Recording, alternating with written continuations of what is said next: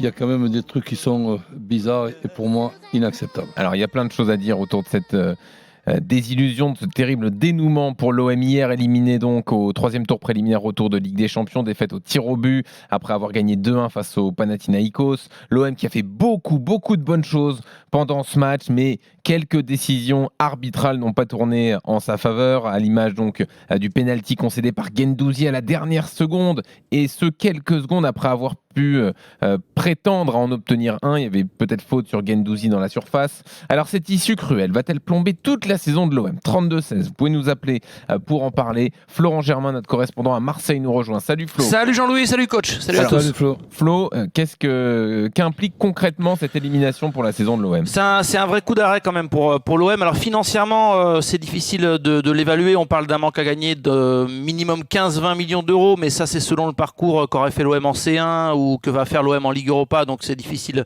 d'avoir un chiffre exact, et puis ça dépendra aussi des affluences du Vélodrome sur le parcours européen.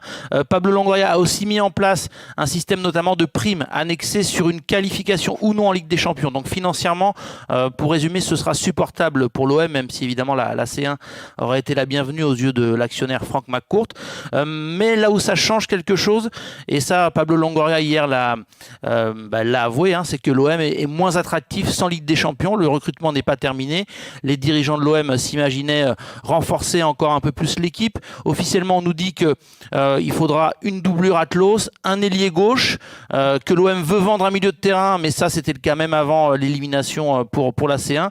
Mais malgré tout, honnêtement, on sentait dans des discussions depuis quelques jours, quelques semaines, qu'il y avait la volonté de réaliser, pourquoi pas, un vrai gros coup sur un top joueur en cas de qualification en C1. Est-ce que ça concernait Alexis Sanchez ou un autre?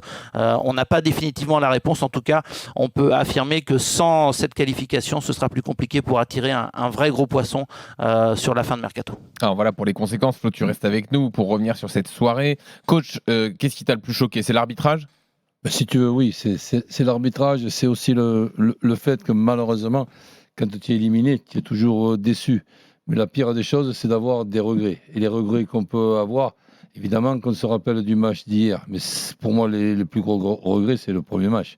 Le match aller où on est passé complètement à côté, y compris dans le comportement, y compris sur le plan physique, y compris sur le plan tactique, ne pas mettre en plein milieu de l'organisation marseillaise un duo qui est quand même assez extraordinaire, Verretou et Rongier, ce qui se passe avec Kondogbia. Ah oui, donc bravo. C'est quand même quelque chose d'anormal.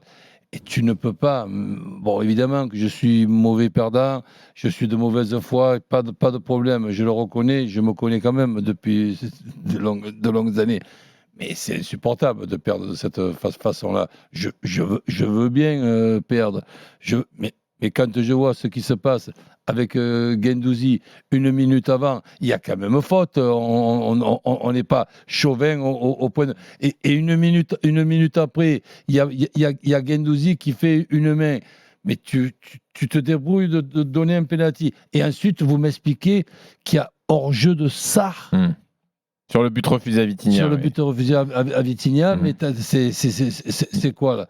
Il y a hors-jeu d'un demi-millimètre et Sarr ne touche même pas le ballon sur l'action. Et Sarr se fait pousser par un défenseur du Panathinaikos, sinon il n'est pas en position de hors-jeu.